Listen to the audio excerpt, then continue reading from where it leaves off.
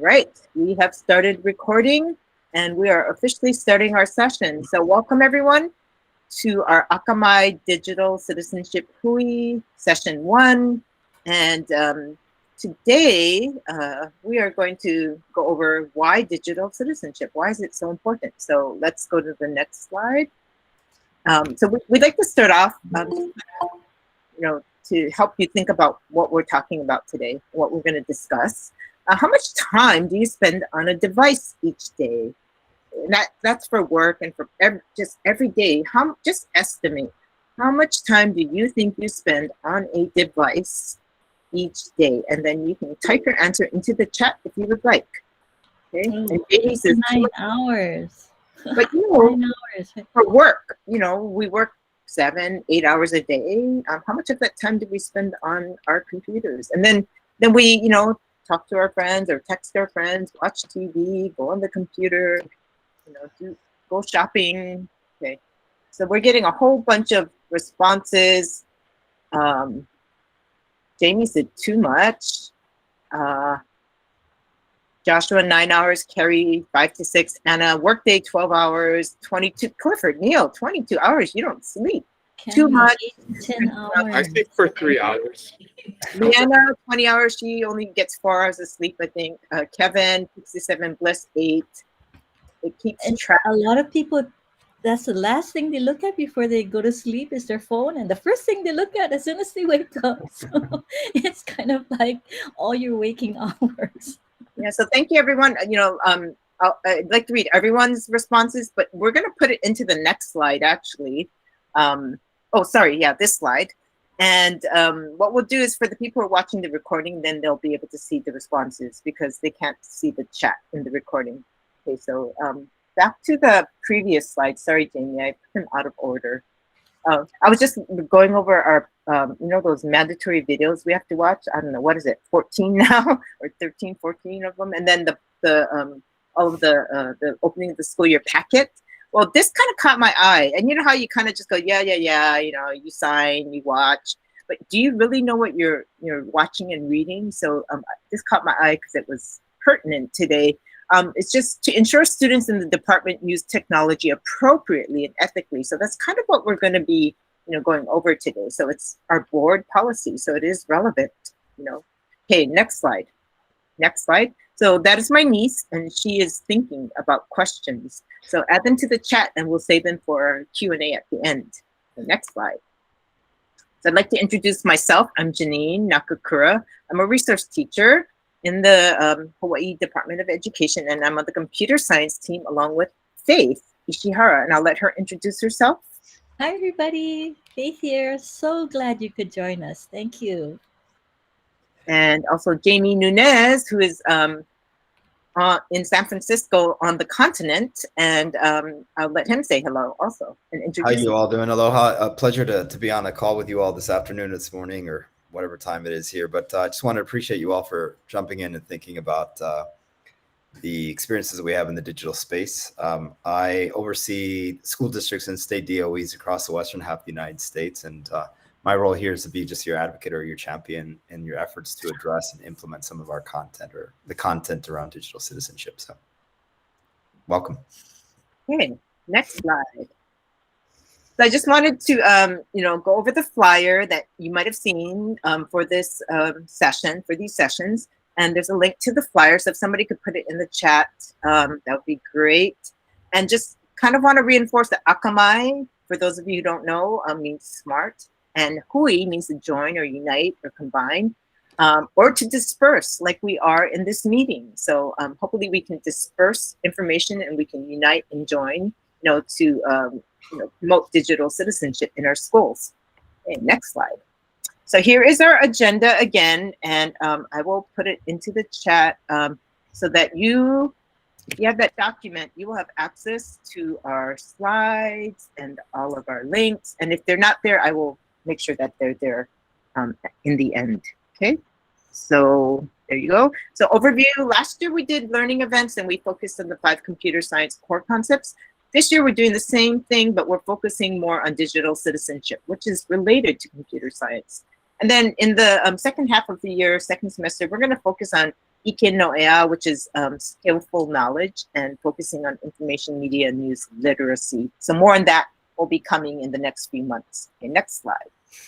So watch our Akamai Digital Citizenship quiz sessions, because if you do and you fill out the application form, you could earn a recognition badge from Common Sense Education in just 4 to 6 hours. So if you click on that link, Jamie, the Common Sense Education recognition link, that will take you to their website, and where it says get started, become an educator, you there. And it will tell you what you need to do to earn recognition. So I'm just gonna kind of gloss over that right now because we're short on time. But if you click on that link, it will tell you what you need to do. And these sessions will count towards that, the sessions that you need to watch. And then additional info can be found on our website. Okay, so next slide. So here's an overview of our first session, and we will have 3 more sessions, and once a month, 30 minutes, all similar in format, but different topics. Okay. Today's why digital citizenship, and next slide. We're going to go over helpful apps, curriculum, and connections to computer science. So I will turn it over to Jamie. All yours. All right, wonderful, you all. Thank you so much for connecting. So here's what we're going to do over the next 10 minutes. What I'm going to attempt to do is to give you a why behind the work that we're doing, and then give you some really basic resources. As Janine mentioned, part of this whole series is to ensure that you all become recognized. You let your community know that you take these issues very serious, and then actually help you to receive that recognition badge, hopefully in attempt to increase your professional development time, and eventually get you more money at whatever point. But the most important thing is really building a core kind of foundation as to why this is important for our kids and how we can actually do better on it. So what I'm going to do is run you through, if I were in your position, how I would frame the conversation around literacy skills and citizenship. My expectation is that I'm not a talking head. The goal here is to help you to sort of open up that light bulb to say, oh, I can actually take that resource and start applying it tomorrow. And that's really the intention and the goal. So at any point, if you need to stop me, either ask that question in the chat or that comment, or unmute yourself and say, but Jamie, what does this actually mean in my context? Sound good? Real quick test. Do I sound okay to everyone, or do I sound like a broken frog? I'm still okay? Okay, beautiful. All right, here we go. The whole idea behind all this and what we're seeing at Common Sense is, it seemed like prior to the pandemic, we had this conversation about our kids and the amount of screen time that they had.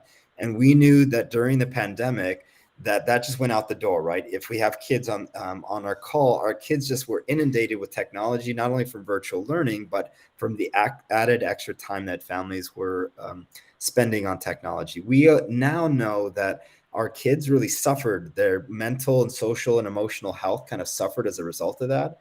So the whole point behind teaching digital citizenship or literacy skills is to help ensure that we turn that balance over, that we make sure that we're weighing in on the importance of what our kids are doing offline and online. And that's kind of the overall goal as to why we teach it at this point. What we're seeing is that when they misuse that, what ends up happening in the classroom is that our kids become a little bit more irritable. If you've noticed, kids, when they transition to and from technology, some of those students can become really irritable, right? If you've ever noticed that, that could be a misuse of technology use. Maybe they want to do more activities on tech, and there's a stimulation, that dopamine fix that we often see. Maybe kids often are attributed to misusing tech when they feel like they want more and more. And then oftentimes for our middle school and up, what we're often seeing is that they don't have the foundations to speak, to connect with others and to communicate with others. And so they see this virtual space as a way to mistreat other people and a way to misconstruct messages that they send online. So we want to try to put that in pause, or we want to try to balance that out in our classrooms and with our families. Does that make sense? So here's what we're going to do. And here's sort of the foundation for what, if you see this as important in your classroom or in your space, how you can begin that process. If you haven't done so already, the very first thing that I want to ask you to do is start with what you think is important in your classroom or in your space. And what I would do is that take these 3 prompts and to answer these particular questions. One is, what is your vision statement? What do you ultimately want your students to be doing in and out of the classroom? I've given you an example here, which is you want to keep our students safe from navigating tech in the classroom. Perhaps, Celeste, maybe you want to teach how to engage with others in the classroom. For those that work with families, perhaps you want to ensure that your ohana feel like connected to the technology that you're being used. So you want to start with a very basic statement to let your community know what that is. And then you want to follow up with an expectation. I've outlined for you an agreement here that I worked with in other school districts that you could potentially use. We'll add that to the agenda. But these are some expectations. These are like what you can and can't do inside the classrooms. You want to sort of move from your vision statement into direct expectations, how to handle a device, whether or not copying is allowed in the classroom, how to engage when you're on a Google Doc. These are some basic sort of norms that you may want to start to identify if you don't already have that at your school. And then the final thing, which I think is the most important for this first phase, is we want to affirm when our kids are actually doing the right skill, right? So Jessica, I see you on the call right now. I like how you're paying attention, or your eyes are like on the screen, and maybe you're looking at all sorts of different tabs, but right now you're showing me that what it looks like to pay attention on a virtual space, right? I'm naming something that I'm seeing, and then I'm checking in with Jessica at that time whether or not it's happening, right? Those are the skills that we're trying to affirm constantly with our students because they don't have the reference to do so. Does this make sense? So take a moment now. I'm going to do this very quickly, but I want you to take one of these and see if you can answer that. You don't have to write it in the chat, but see if you can open up a Google Doc or something and define maybe your statement. What exactly why is this important in your classroom or in your particular space? Well, and again, for the sake of time, we want to be mindful of that space. So if you would like to unmute to share with others and you have your vision statement, by all means do that. Otherwise, let's take about 10 seconds to fill it out and think about it on our own. Yeah, and we're not a very formal, this is not like a super formal presentation. We're kind of more casual and open. So feel free to unmute yourself if you want to share. We are more than happy to have you, give your input, either in the chat or speaking up. Yes, Molly. Can you put that link in again? I switched devices, so I lost the chat. So I lost the link to go to the document. Link to the agenda? Thank you. I see it. Thank you. Yeah, you got it, Molly. And at some point, can you share your location? Because that's a beautiful virtual beach background. I want to be there at some point. So let's move on. I'm actually at the gym of all places. Oh, the gym. Yeah. Right after I've this. never known the gym was near a beach. That's beautiful. That's amazing. All right, let's continue as a whole. So again, the recap here is we want to start with a vision. You want to ensure that the rules or the expectations that you have meet those visions. Now, if you're like, Jamie, I have no idea where to start, reach out to Janine, myself, or Faith so we can help to build that foundation, that one pager for you. And then finally, and again, the most important as you set these norms is recognize and be able to identify when your kids are actually doing what you want them to be doing in the classroom. Does this make sense? We want to model for our kids what it actually means. So recognize when it's actually happening. Our kids don't see those positive examples and affirmations enough. So, all right. So the next thing you're going to do is then you're going to think about, well, how can I reinforce some of these skills? So the second part in all this is to actually teach concept and activity, some type of thematic exercise that you can help to reinforce that vision. And so, if Molly, you're on the call and I see you on the screen, and if you say my students or the teachers that I work with are really focused on safety and online safety, then maybe your emphasis for this year is just on safety and not on privacy, right? Maybe you want to really hone in on one particular skill that others may not have in other classrooms or in other spaces. So I encourage you, and what we'll go through next is to see what this actually looks like based on age and stage and development. So again, really what we attempt to do here is we want to make sure that we're focusing on student agency and choice, that these issues that our kids are grappling with, they're very complex, right? There's not just a one-off answer. And then we want to ensure that we start with like media balance, making sure that they're balancing out what they're doing online with other aspects in their life. And then finally, we want to make sure that in our lessons do this, we recognize and consider the emotional impulses we all have to be on our devices or to be online. So let me kind of show you what this looks like. And again, you can see this through the deck. I would, if I were you, start with these quick activities. We've broken them down from K through 5 through 6 through 12. These are Common Sense. Again, they're completely free resources. I'm going to gloss over what these actually look like so you see that. If you are a K through 2nd educator on the call or work with K through 2nd schools, I might start with just with our characters and doing coloring books or coloring some of these characters that reinforce some of these skills that we want. In this case, ARMS is balancing out their time with others. We have songs and coloring books and also some basic activities that kids can do at that stage. As our kids enter middle and high school, change the world. Oh, that's a really nice background. I like that, everybody. As our kids enter into tween years and also in high school, they tend to want to talk about their perspective. So middle school, kids love looking at videos from high school students. What we've done is interviewed high school students to talk about some of these dilemmas, some of these issues. So there's short videos and then classroom discussions to have. So that in essence is what these activities really entail. Again, I will give you the time and the space to kind of look through some of them in a second. But that's really the baseline of what I would do if I were you in position in your role, thinking about what the specific activity related to the themes that you want to cover. Let me give you one last sort of example here. I'm going to show what this looks like. This is a first grade lesson on how technology makes us feel. And this is something that you want to play out. Technology, it's fun, it's neat. It makes me feel really sweet. But then sometimes it makes... I noticed that my sound is causing echo. Is that right? Geez, sorry, Luana, if I killed the audio on your ears. But the idea here is we want to have a quick animated video with our first grade students.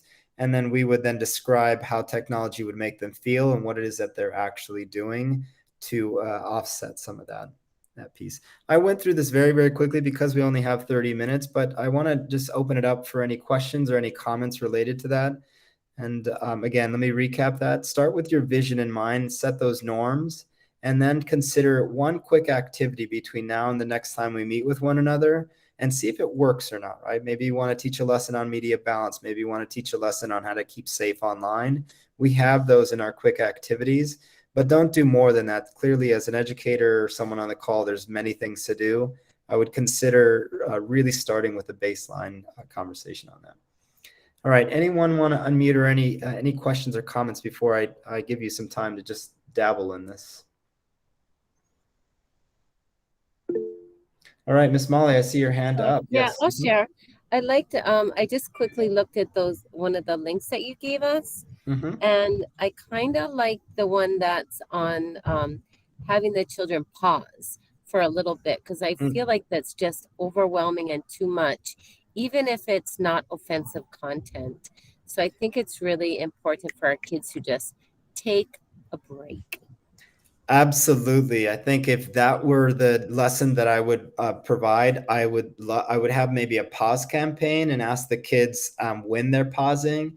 I would maybe consider sending out a quick message to the families and saying, where are you pausing in conversation between the time that you're using technology? Now, if you're teaching math, maybe you can quantify that time of how much time our kids are pausing in between tech.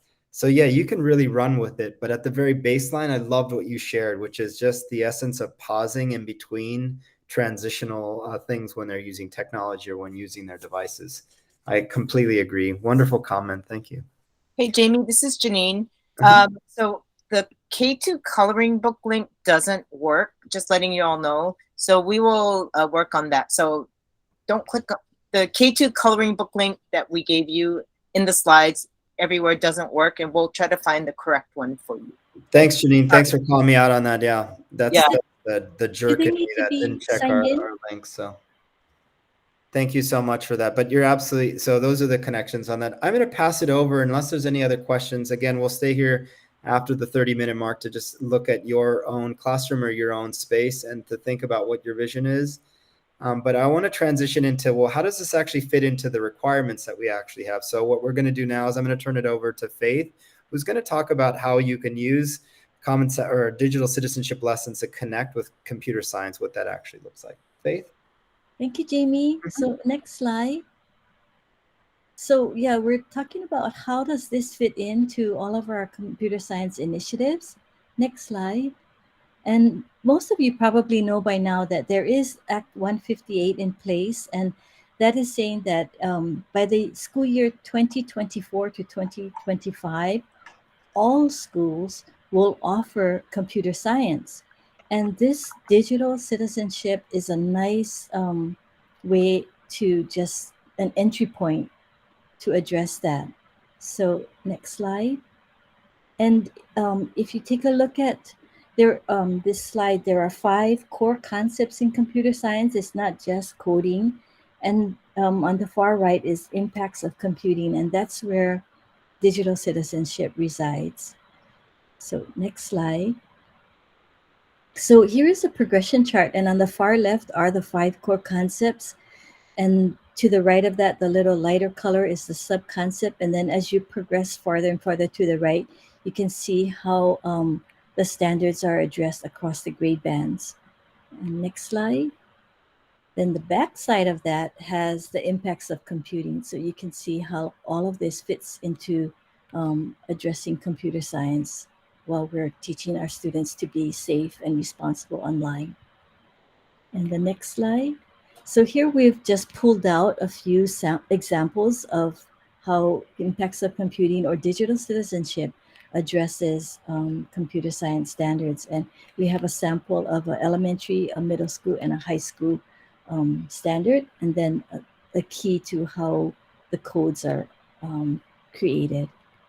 So next slide. If you go online to take a look at these standards, then don't forget there's a drop-down menu for each one, and that would give you more details about that particular standard. And we included in the next 3 slides, this is elementary, and then middle school and high school. And then on the following slide, we have the connection of digital citizenship to our HA initiatives. And it's a really nice fit together because HA is also about building relationships and being kind, showing your aloha. And so you can refer to this flyer as kind of that guide to how it all relates to each other. Next slide. And so here we have pulled out just that concept of aloha and how digital citizenship really ties in well with this idea of, having empathy for others, taking care of yourself and others, and keeping those ideas in mind when they're online and face-to-face, because we want them to be good citizens, whether it's digital or in person. And next slide. Here's some additional links that Common Sense provides. So if you want weekly newsletters, then please click on that little link there. And then more information about Common Sense in general and free lessons and activities, that would be the slide link in the middle. And then if you need to reach out to Jamie, he's making himself available to us. Thank you so much. Next slide. So, of course, we would love to see all of you earning that Common Sense Education Recognition badge that you can display on your signature line in your email or in resumes or any other digital documents. And we're open for Q&A. But I'll just say a couple more things before we really open up the floor for Q&A, and that is on the next slide. We're asking you to fill out our feedback form. We love to hear, how this session has helped you to think about what is digital citizenship and why is it so important for each of our students to have that understanding and have that moral compass so that they make good decisions, whether an adult is with them or if they're just alone or with peers. And then the next slide, we always like to give a little mahalo door prize. So if you can look at the attendees and whose first name has the most letters in common with Jamie, and we're going to send you a little something package. And then the final slide is just some posters that you can take a look at your convenience. So we do want to open it up to hear from you. And if you have questions or comments, please, now's the time. Just unmute yourself and share your thoughts. And while we're waiting for people to, think of their questions and work up the courage to maybe turn on their mics, Janice Lee, who I used to work with, I think she's a librarian at Mililani Malka or Uka, one of those. Pro City? Janice. So she says, how do we give students an opportunity to practice, learn, be good digital citizens when we disable functions like email commenting? How do we let them fail? Yeah. So maybe Jamie, you want to address that? Yeah, I think that's a really good question. Let me answer it in twofold. One is creating a safe enough space so students that do fail in an online space are not ridiculed, or there's a safe space where the child feels safe to make those mistakes. And one of the things that you can do to address that is to be curious about what the kids are doing online. So I might recommend something like taking an old shoebox and saying to your students, if you have any questions about things that you are interested in with being on technology or being online, or something that made you maybe feel uncomfortable, write it down on this shoebox or write it down in these little notes, and then I will pull from something. And this is a really great way as a start to have those conversations. And then the second is just around those restrictions. Being able to push back either on school administration or being able to give students the why behind why we keep them safe would be one thing. But also having an opportunity for the child to recognize what they did when there was a mistake. I'll give you a quick case study.